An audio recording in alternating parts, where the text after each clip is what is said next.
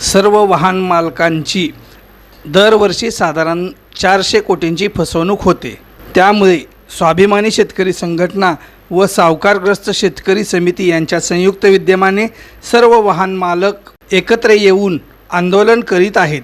जिल्ह्यातील सर्व पोलीस स्टेशनने वाहन मालकांचे गुन्हे दाखल करून घ्यावेत। या 8 दिवसात गुन्हे दाखल झाले नाहीत तर 13 एप्रिलपासून सर्व वाहन मालक SP कार्यालयासमोर अन्नत्याग आंदोलन करतील।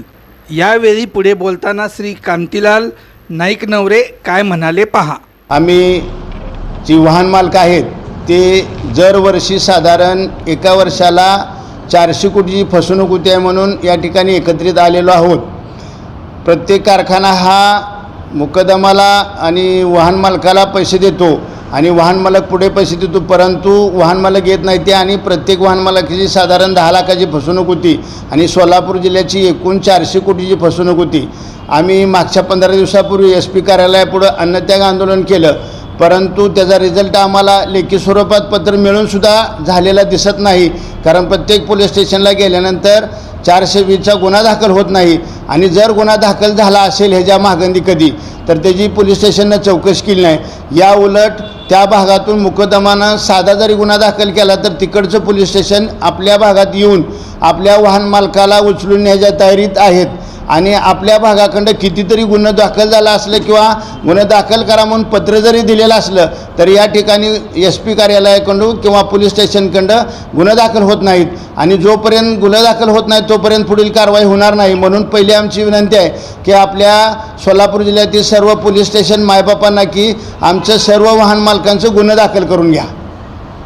आम्ही इथून पुढं 13 एप्रिलला SP कार्यालयापुढं अन्नत्याग आंदोलन करणार आहोत म्हणून पत्र दिलेलं आहे। तर जर ह्या 8 दिवसात आमचं गुन्हा दाखल झालं नाही तर 100% सर्व पोलीस स्टेशनला तर 13 एप्रिलपासून सोलापूर जिल्ह्यातील सर्व वाहन मालक घेऊन आम्ही SP कार्यालयापुढं अन्नत्याग आंदोलन करू आणि जोपर्यंत न्याय मिळणार नाही, जोपर्यंत गुन्हा दाखल होऊन मुकदमावर कारवाई होणार नाही, त्याला अटक होणार नाही, तोपर्यंत आमचं आंदोलन चालू राहील।